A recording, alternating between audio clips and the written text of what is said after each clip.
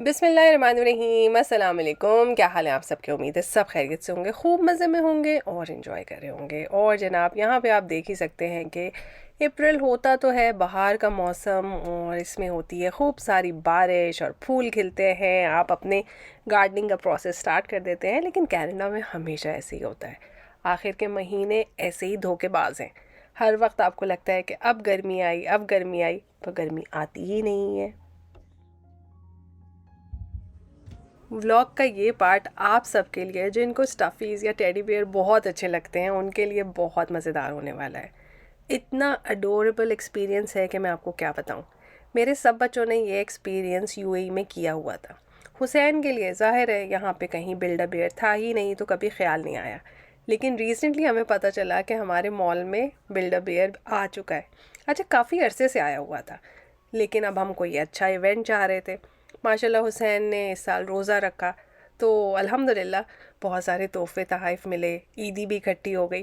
तो उसके लिए इतना मज़ेदार एक्सपीरियंस था। हमेशा उसने स्टफ़्ड एनिमल देखें। पहली दफ़ा उसने देखा कि ओह, ये तो सिर्फ स्किन्स हैं, इनमें से आप चूज़ कर सकते हैं अपने बजट के हिसाब से, अपनी पसंद के हिसाब से, जो कैरेक्टर आपको पसंद है।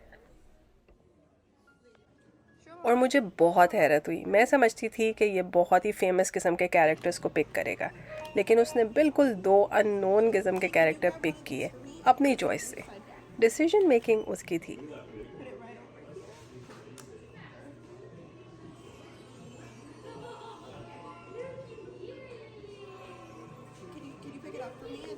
हमने उसके ऊपर कुछ इम्पोज नहीं किया। उसने ख़ुद साउंड भी सेलेक्ट की कि कौन से एनिमल के अंदर वो कौन सी साउंड डालना चाहता है। तो डायनासोर के लिए उसने एक रोर पिक की, और जो छोटा सा टेडी बेयर है उसमें उनकी ख्वाहिश थी कि वो अपनी आवाज़ डालेंगे। अच्छा, मेरा दिल चाह रहा था कि मैं उससे कहूँ कि तुम कम अज़ कम इतना ऊंचा तो बोलो जितना ऊंचा घर में बोलते हो, पर नहीं, उन्होंने आहिस्ता ही आवाज़ निकाली।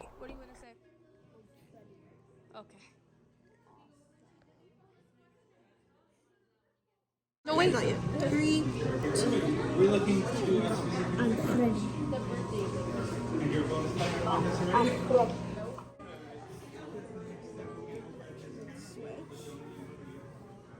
And then can you pick up a chip again for me?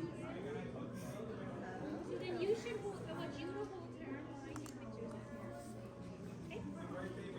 of her. Okay? I'm not doing it. Give it a nice squeeze for me. Is it good?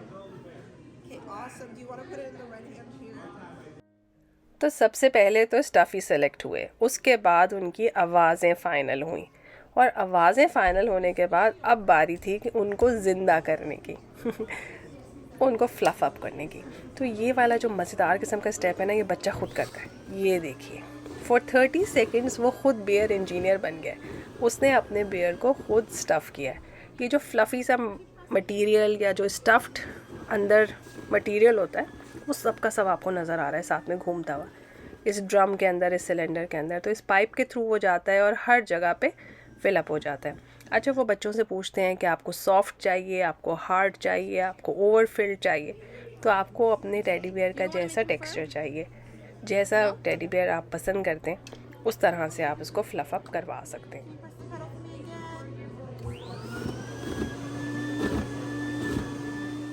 अच्छा, नेक्स्ट स्टेप बड़ा मज़ेदार है। ये है हार्ट सेरेमनी। हार्ट सेरेमनी में आप अपने animals के अंदर अपनी मर्ज़ी की क्वालिटीज़ डालते हैं, यानी कि उनके हार्ट के ऊपर कोई विश करते हैं, उसको नोज़ से लगाते हैं तो वो ब्रेव बन जाता है, मसल्स से लगाते हैं तो वो स्ट्रॉन्ग बन जाता है। ज़ाहिर है सब कुछ इमेजिनेशन ही है, लेकिन बच्चों का फ़न है। Bear, can you rub it? So we're gonna give our hearts a nice pulse and then push it 3 times. 1, 2. And then we're gonna say, wake up heart. And then can you put it on your nose? So they know you. Put it on your knee.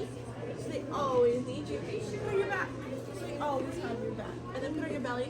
So you guys always see retreats. Now you're really fast. You run like this to give it a pulse. And then you're gonna give it a kiss, tell it a wish, and put it inside your mouth.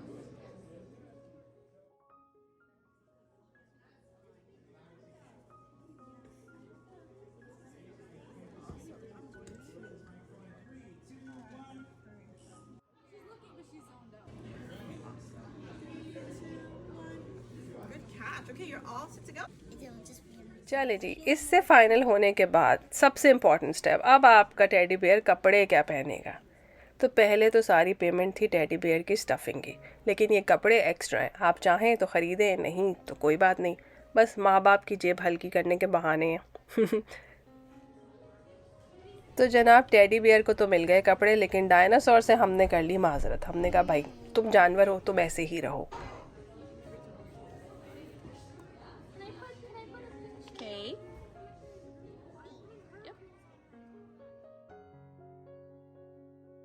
Hussain साहब ने अपने दोनों स्टफ़ीज़ का नाम रखा। उनका एक मज़ेदार किस्म का सर्टिफिकेट उन्हें मिला जिस पे मेंशन किया गया था कि वो कब इसके घर जा रहे हैं, इनका क्या नाम है। और ये इतना कोई मज़े का एक्सपीरियंस था। मुझे याद है जब मैंने फ़र्स्ट टाइम अपने बच्चों के साथ एक्सपीरियंस किया था तो उनसे ज़्यादा मैं एक्साइटेड थी। ज़ाहिर है उस ज़माने में हम थोड़े यंग भी थे और हमें ख़ुद डॉल्स और स्टफ़ीज़ इतनी पसंद आती थी, तो बच्चों ने क्या खेलना है जितनी मैं शौक़ से चीज़ों को देखा करती थी और खेला करती थी। तो इस दफ़ा जो है वो हमने काफ़ी समझदार अम्मा की तरह बिहेव किया, लेकिन बच्चों की खुशी अल्हम्दुलिल्लाह माशाल्लाह। ज़रा जल्दी से सोच के बताएं कि अगर आपको इनके नाम रखने होते तो क्या रखते। भाई मैं रखती ब्राउनी, मोटू, पतलू, छोटू, क्यूटू। इन्होंने रखा है टेडी बेयर का नाम फ्रेडी फैज बैट। इमेजिन करें ज़रा, मेरे तो तसव्वुर में भी ना आए। और डायनासोर का नाम आप क्या रखते? डाइनो, मोटू, रेडू, नहीं, उसका नाम है स्पाइक। तो ये फ़र्क है हम में और आजकल के बच्चों में।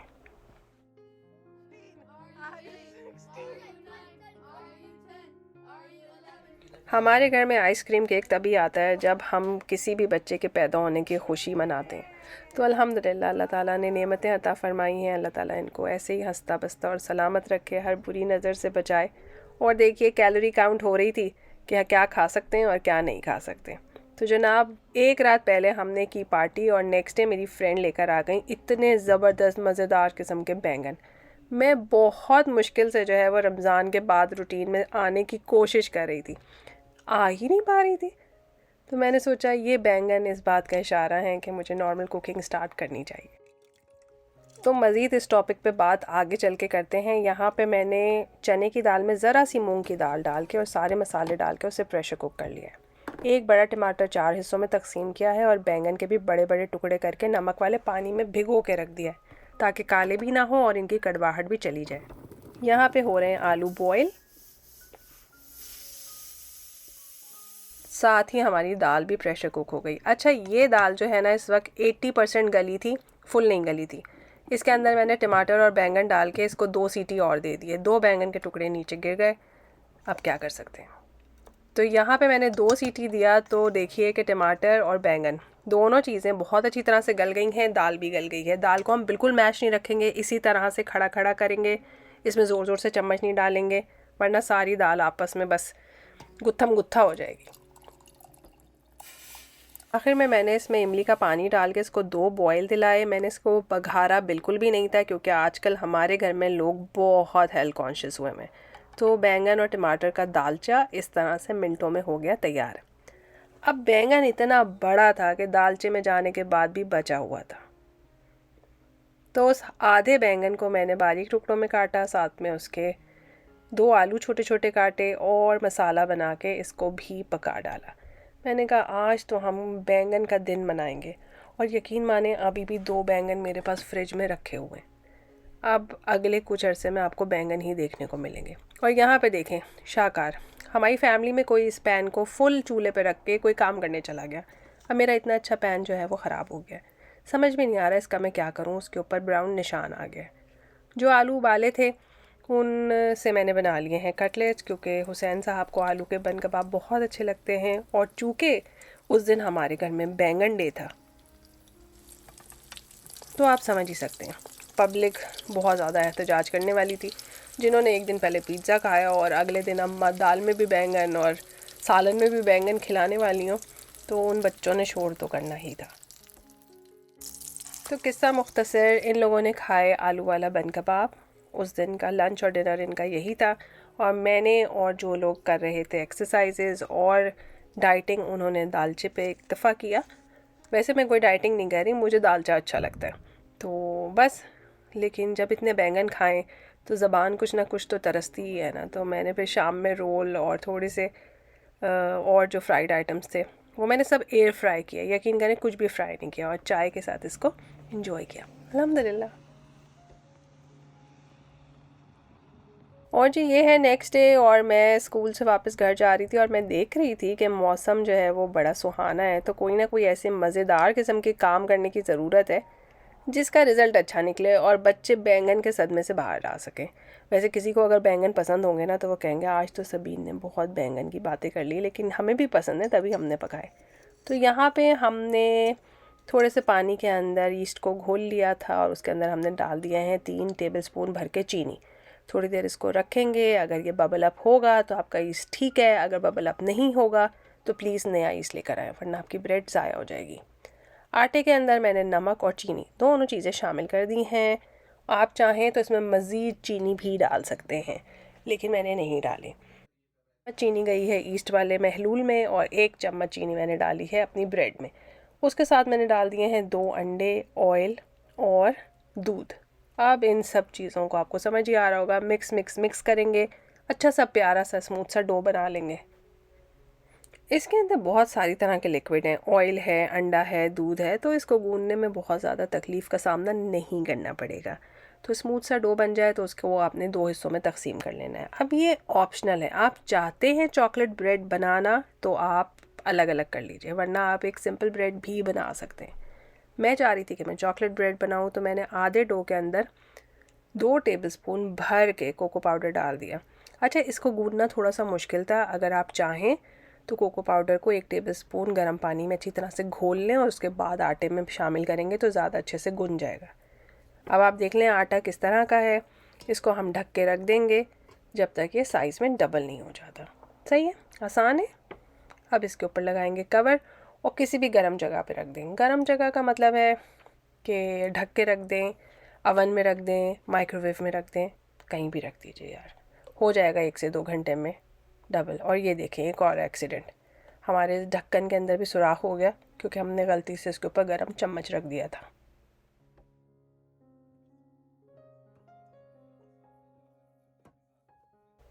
और जैसे आजकल साल महीने दिन कैसे झटपट गुजर रहे हैं, बस वैसे ही घंटे 2 घंटे भी गुजर जाएंगे और आटा डबल हो जाएगा साइज़ में। और चूँकि आपने बहुत स्मूथ सा, बारीक तो नहीं कहना चाहिए, क्या कहते हैं, सॉफ्ट मुलायम सा आटा गूंदा था, तो देखें कितना इजी टू हैंडल है। इसमें कोई खुशका नहीं लगाया है, मैंने हल्का सा तेल लगाया था। ठीक है, इसको बड़े बड़े से 2 रेक्टेंगल्स में आपने बेल लेना है। अच्छा, ये जो कोको पाउडर वाला था ना, उसको बेलने में ज़रा सी मुझे मुश्किल हुई, लेकिन वाइट वाला बहुत आसानी से बेल गया। थोड़े से पानी ब्रश कर लिया ताकि दोनों आपस में चिपक जाएं। अच्छा, ऊपर रखें और आराम से एडजस्ट कर लीजिए।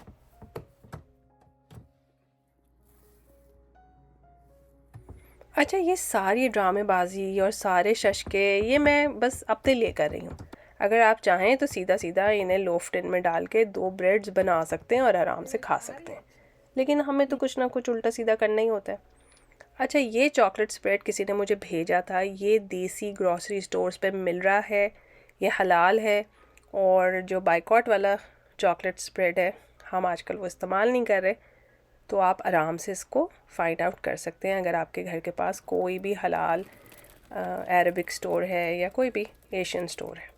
इसके अंदर आप चॉकलेट चिप्स भी डाल सकते हैं, कोई सी चॉकलेट क्रश करके डाल सकते हैं। मेरे पास वाइट चॉकलेट चिप्स थे तो मैंने वो शामिल कर दिए हैं, और अब इसको आराम से आपने रोल कर देना है।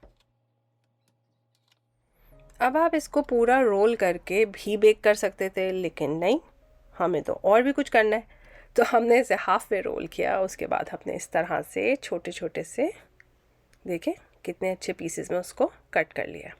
अब आप इसको ट्विस्ट करेंगे और ब्रेड के ऊपर फोल्ड करके पीछे टक कर देके तो अच्छा सा प्यारा सा डिज़ाइन बन जाएगा। बहुत ज़्यादा खींचिएगा मत, वरना ये ऐसी डंडी सी बन जाएगी। तो कोशिश करें कि ज़रा हल्के हाथों से इसको ट्विस्ट करें और उसके बाद पीछे फोल्ड कर दें।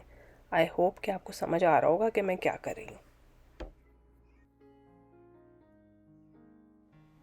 एक बात का आपने ख्याल रखना है, ये आपने केक नहीं बनाया, आपने बनाई है ब्रेड। और इसमें वही पार्ट मीठा है जहाँ पे आपने चॉकलेट स्प्रेड लगाया है या चॉकलेट चिप्स डालें। बाकी सारा का सारा पार्ट एक नॉर्मल ब्रेड जैसा ही टेस्ट करेगा। तो अगर इसको आप सुपर स्वीट ब्रेड बनाना चाहते हैं तो इसमें चीनी की क्वांटिटी ज़रूर इंक्रीज़ कर लीजिएगा, या फिर जो अपना स्प्रेड है वो पूरी ब्रेड पे ज़रूर स्प्रेड कीजिएगा ताकि कहीं ना कहीं मीठे का एहसास होता रहे।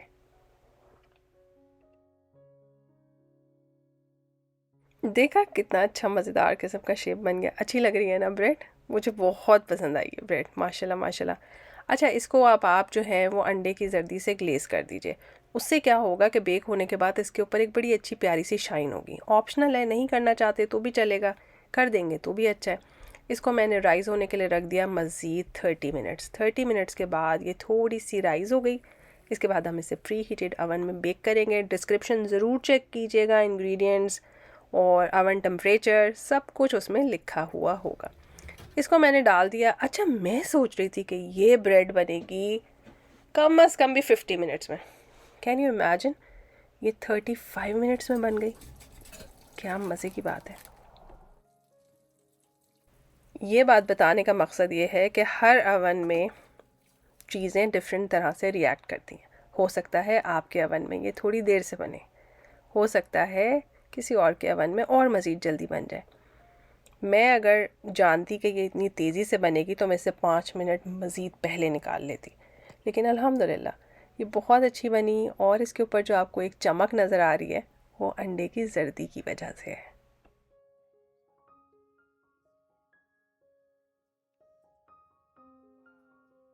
यहाँ मेरे मियाँ ने इसकी बड़े शौक से एक बाइट ली और कहते हैं, हाँ ये केक तो फीका है। मैंने कहा ये केक है ही नहीं, ये ब्रेड है। फिर वो मिडिल पार्ट में पहुँचे तो कहने लगे, ओह यहाँ से मीठा है। फिर थोड़ी देर में एहसास हुआ। तो बेसिकली ये एक ब्रेड है जिसका ऊपर बहुत क्रस्टी सा पार्ट है। ये केक नहीं, ये देखने में केक लग रहा है। तो उम्मीद है आप बनाएंगे और आपको भी मज़ा आएगा। आप चाहें तो इसके ऊपर जैम लगा के, मार्मलेट लगा के भी खा सकते हैं। कैसी लगी ये रेसिपी कमेंट करके ज़रूर बताइएगा।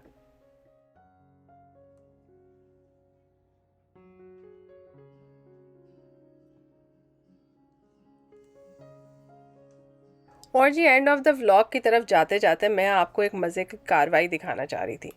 ये इतनी क्यूट सी कैटल मेरी बेटी मेरे लिए लेकर आई, जिस पे मैंने उन्हें डांटा कि बेटा ऑलरेडी बहुत चीज़ें हैं, अब इसकी जगह नहीं है। उन्होंने कहा अम्मा मुझे बहुत अच्छी लग रही थी, हमारी फ्रेंड्स आएंगी ना तो आप हमें इसमें चाय बना के दीजिएगा। मैंने कहा चलो सही है।